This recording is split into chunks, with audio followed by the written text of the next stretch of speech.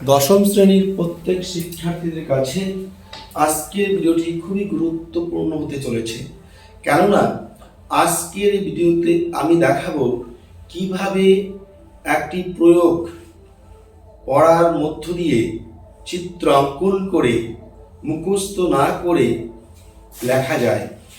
ক্লাসের মধ্যে বিভিন্ন ধরনের মেধাবী সম্পন্ন ছাত্ররা থাকে। তাদের 5% ছাত্ররা বই দেখি বুঝতে পারে, আর বাকি 95% যারা রয়েছে তাদের মধ্যে অনেকে কিছুই বুঝতে পারো না।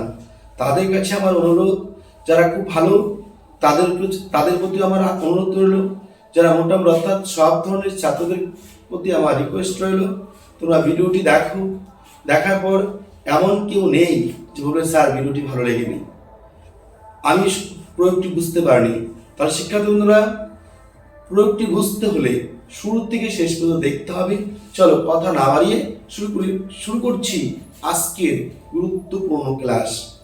বলছে একটি বৃত্ত অঙ্কন করেছি যার ব্যাস এবি এবং কেন্দ্র ও। প্রথম লাইনটি যে পড়েছে, একটি বৃত্ত অঙ্কন করেছি যার ব্যাস এবি এবং কেন্দ্র ও। এই প্রথম লাইনটি আগে আমরা চিত্রের মাধ্য দিয়ে আমরা সমাপ্ত করি।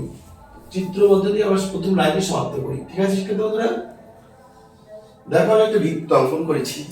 বলছে একটা বৃত্ত অঙ্কন করতে হচ্ছে, যে বৃত্তের ব্যাস কি বলছে এবি। তাহলে দেখো আমি এখানে একটা বৃত্ত অঙ্কন করেছি, বৃত্তের ব্যাস দিয়েছি এবি, বলছে এবং কেন্দ্র ও। তার বৃত্তের মাঝখানে যে বিন্দুটি উৎপন্ন হচ্ছে তার নাম কি শিক্ষার্থী বন্ধুরা? ও। এবার বলছে দেখো, এবার কি বলছে, এক বৃত্তের উপর অবস্থিত কোন বিন্দু পি থেকে এবি ব্যাসের উপর, মানে এখানে কোনো একটা জায়গায় ধরে নাও একটা বিন্দু রয়েছে যার নাম দিলাম পি, থেকে এবি ব্যাসের উপর একটি লম্ব অঙ্কন করলাম। লম্ব মানে কি, সরাসরি সোজা একটা দাগ আসবে কার উপরে? এবির উপরে। দেখো পি থেকে এবি ব্যাসের উপর একটি লম্ব অঙ্কন করলাম। এই দেখো পি থেকে এবি ব্যাসের লম্ব অঙ্কন করলাম, যা এবি কে এন বিন্দুতে ছেদ করলো। এই দেখো এবি কে এন বিন্দুতে ছেদ করলো। ঠিক আছে, তার মানে আমাকে কি করতে হবে, এখানে এ থেকে পি যুক্ত করতে হবে, আবার পি থেকে বি যুক্ত করতে হবে। তাহলে শিক্ষার্থীরা, এইগুলো আমাদের চিত্র।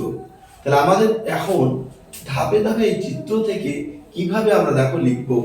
তাহলে আমাদের উপপাদ্য এবং প্রয়োগের মধ্যে প্রশ্নে যা থাকে সেই প্রশ্ন থেকে যেটুকু আমরা লিখি সেটুকুর মধ্যে হচ্ছে প্রদত্ত পাঠ প্রথম অংশ, পরের পাঠ হচ্ছে প্রামাণ্য বিষয়। তাহলে দেখো আমরা প্রদত্ত পাঠ লিখছি, প্রদত্ত লিখলাম। তাহলে কি লিখবো শিক্ষার্থী বন্ধুরা? দেখো এখানে একটা বৃত্ত অঙ্কন করেছি, তাই আমরা কি লিখবো? ও। এখানে বৃত্তটার নাম কি? ও। তাই আমরা এখানে লিখবো ও কেন্দ্রীয় বৃত্তের, দেখো প্রশ্ন বলা আছে ব্যাস এবি কেন্দ্র ও। এখান থেকে লিখলাম ও কেন্দ্র বৃত্তের এবি, দেখো এখানে বলা আছে, দেখো এবি কি একটা ব্যাস, লিখলাম বৃত্তের এবি ব্যাস, ও কেন্দ্র বৃত্তের এবি ব্যাস। শিক্ষার্থী বন্ধুরা দেখলে কি লিখলাম? ও কেন্দ্র বৃত্তের এবি ব্যাস। তাহলে কি বলছে দেখো, বৃত্তের উপর অবস্থিত কোন বিন্দু পি থেকে, মানে বৃত্তের উপর অবস্থিত বিন্দু কি আছে? পি। তাহলে এই বৃত্তর নাম কি? বিন্দুটির নাম কি শিক্ষার্থী বন্ধুরা? পি। শিক্ষার্থী বন্ধুরা বিন্দুটির নাম কি দিয়েছি? পি। তাই কি লিখবে? পি বৃত্তের উপরিস্থিত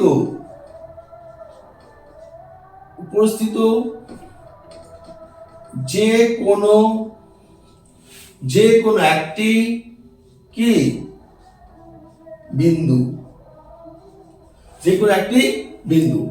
এবার দেখো, এবং আরেকটু কি বলা আছে দেখো, ব্যাসের উপর লম্ব অঙ্কন করলাম যা এ বি কে এন বিন্দুতে ছেদ করলো। কি লম্ব অঙ্কন করলাম বন্ধুরা?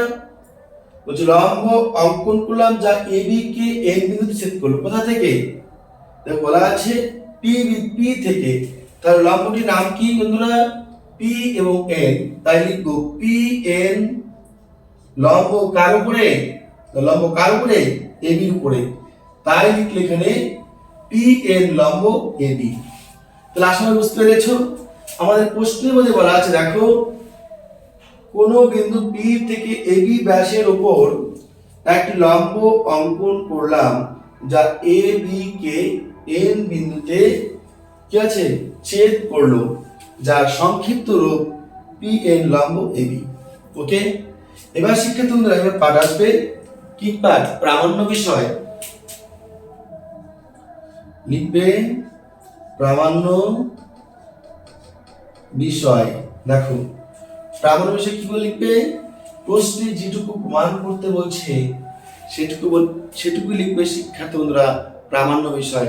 কি আছে দেখো, এখানে বলা আছে পি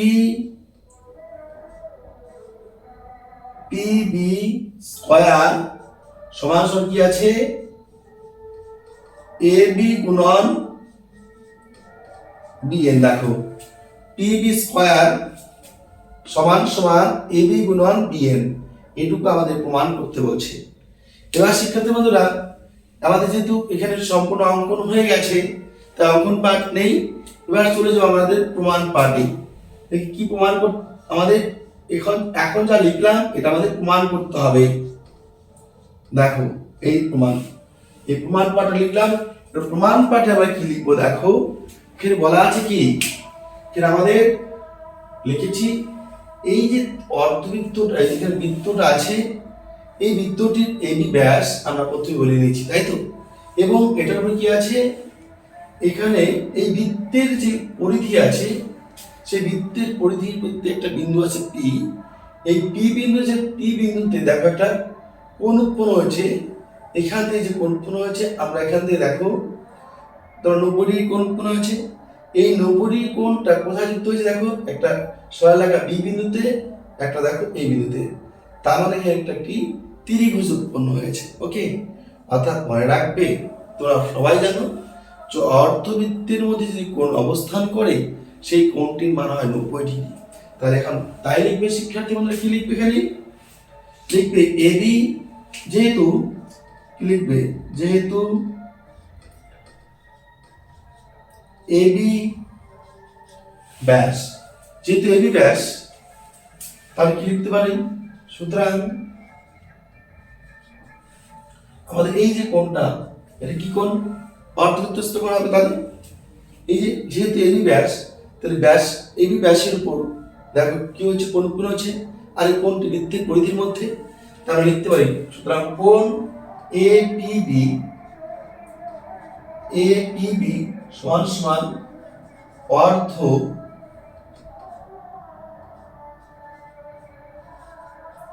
বৃত্তস্থ কোণ সমান সমান অর্ধবৃত্তস্থ কোণ সমান সমান হয় কত ডিগ্রি, 90 ডিগ্রি।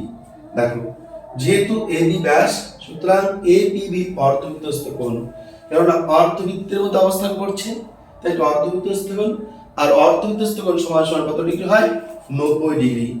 এবার দেখো যেহেতু 90 ডিগ্রি কোণ, তাই ত্রিভুজটা কি হবে শিক্ষার্থী বন্ধুরা, সমকোণী ত্রিভুজ। তাই লিখবো সমকোণী ত্রিভুজ, সুতরাং সমকোণী ত্রিভুজ কি আছে, এপিবি, কি লিখবো, এপিবি সমত্রিভুজ এপিবি এর কিন্তু আছে দেখো, কিন্তু আছে কি পি এন লম্ব এবি, কি লিখবো, পি এন লম্ব এবি লিখলাম। এগুলা আমরা জানি সমকোণী ত্রিভুজের সমকোণী বিন্দু থেকে যদি কোনো অতিভুজের উপরে লম্ব টানা হয়, তাহলে সেখানে যে দুটি ত্রিভুজ উৎপন্ন হয়, সেই দুটি ত্রিভুজ মূল ত্রিভুজের সঙ্গে কি হয়, সদৃশ। মূল ত্রিভুজের সঙ্গে কি হয়, সদৃশ। তাই আমরা লিখতে পারি সুতরাং ত্রিভুজ এ পি বি ও ত্রিভুজ পিবিএন পরস্পর সদৃশ। যখন ত্রিভুজ পরস্পর সদৃশ হবে, মনে রাখবে এই যে ত্রিভুজগুলি পরস্পর সদৃশ হবে সেই ত্রিভুজের যে অনুরূপ বাহুগুলি আছে সেই অনুরূপ বাহুগুলি কি হয়, সমান হয়। তাহলে শিক্ষার্থী এখানে কি লিখবে, তাহলে দেখো এ পি বি ত্রিভুজ যা আছে, এ পি বি ত্রিভুজের এই যে বাহুটা, দেখো এই যে বাহুটা দেখো কি পিবি, কেন আমাদের এখানে পিবি বলছে, পিবি বানানো বলছে, তাহলে মূল ত্রিভুজ দেখো এ পিবি ত্রিভুজের পিবি কি লিখবে, পিবি বাই, দেখো মূল ত্রিভুজ দেখো এখানে কি আছে, মূল ত্রিভুজ দেখো মূল ত্রিভুজের বাহু আছে কি এবি, আবার এই যে ছোট ত্রিভুজ কি আছে, এটা ত্রিভুজ বাহু কি আছে এবি। তাহলে আমরা এখানে কি লিখলাম, এটা দেখো এই ছোট ত্রিভুজটা আছে, এই ছোট ত্রিভুজ কি আছে, এর অতিভুজ কি আছে পিবি, এবং ভূমি কি আছে, দেখো এর পিবি বাই কি আছে, ভূমি কি আছে বিএন, পিবি বাই কি লিখবো বিএন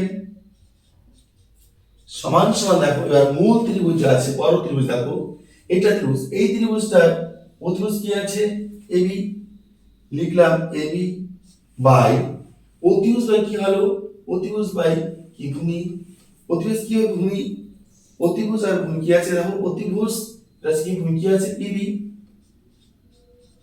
দেখো আমাদের যে ছোট, আমাদের কি দেওয়া আছে, ছোট ত্রিভুজটা যে আছে পিবিএন, এর লিখলাম কি অতিভুজ বাই কি লিখলাম ভূমি, অতিভুজ বাই কি লিখলাম ভূমি। এটা যদি আমরা 90 ডিগ্রি ধরি, এটা অতিভুজ এটা ভূমি। এবার দেখো এবার বড় ত্রিভুজ যা আছে সেই বড় ত্রিভুজের কি আছে, অতিভুজ কি আছে, এটা হচ্ছে অতিভুজ, এটা বড়, এটা হচ্ছে অতিভুজ, কেননা এটা হচ্ছে 90 ডিগ্রি, বড় ত্রিভুজ যেটা আছে এটা 90 ডিগ্রি, কারণ কি 90 ডিগ্রি কোণ আছে, এটা পি বিন্দু, তাহলে অতিভুজ কি আছে এ এ বি, দেখো এ বি লিখলাম। তাহলে এটা যদি এ বি হয়, এটা এইখানে যদি 90 ডিগ্রি উৎপন্ন হয়, তাহলে এটা কি হবে ভূমি, তাহলে এটা ভূমি কি আছে পিবি, দেখো লিখেছি পিবি। তাহলে সেটা তোমরা দেখো, সুতরাং পিবি আর পিবি গুণ করলে কি হয়, পিবি স্কয়ার সমান সমান, দেখো এবার এবি এর সাথে বিএন গুণ করে কি হবে, এবি গুণন কি আছে বিএন। তাহলে এটা আমাদের প্রমাণ করতে বলছে, তাই শিক্ষার্থী আমরা কি লিখবো, প্রমাণিত। তাহলে আশা করি তোমরা প্রত্যেকে বুঝতে পেরেছো। তোমরা শুধুমাত্র 48টা অবাধ্যটা দেখবে, তাহলে দেখবে এখানে তোমরা পুরোপুরি ভাবে বুঝতে পারবে। আশা করি শিক্ষার্থীরা সবাই বুঝতে পেরেছো। তাহলে যারা যারা পদের বুঝতে পেরেছো তারা অবশ্যই ভিডিওটিকে লাইক করে দেবে, এবং যদি মনে হয় যে সত্যি প্রয়োগটি সহজ হয়েছে, তাহলে তোমরা অবশ্যই তোমাদের বন্ধু বান্ধবের কাছে শেয়ার করে দেবে। যারা আমার চ্যানেলে নতুন এসেছো তারা সাবস্ক্রাইব করবে, আর পাশে থাকা বেল আইকনটি ক্লিক করে দেবে, যাতে করে যখনই আমি কোনো ভিডিও আপলোড করব তোমরা অতি দ্রুত দেখে নিতে পারো। তাহলে শিক্ষার্থী বন্ধুরা, আজকের মতো তোমাদের কাছে বিদায় নিচ্ছি। বিদায় নেওয়ার আগে তোমাদের আবার অসংখ্য ধন্যবাদ জানাচ্ছি ভিডিওটি শুরু থেকে শেষ পর্যন্ত দেখার জন্য। সবাই ভালো থাকবে, সুস্থ থাকবে।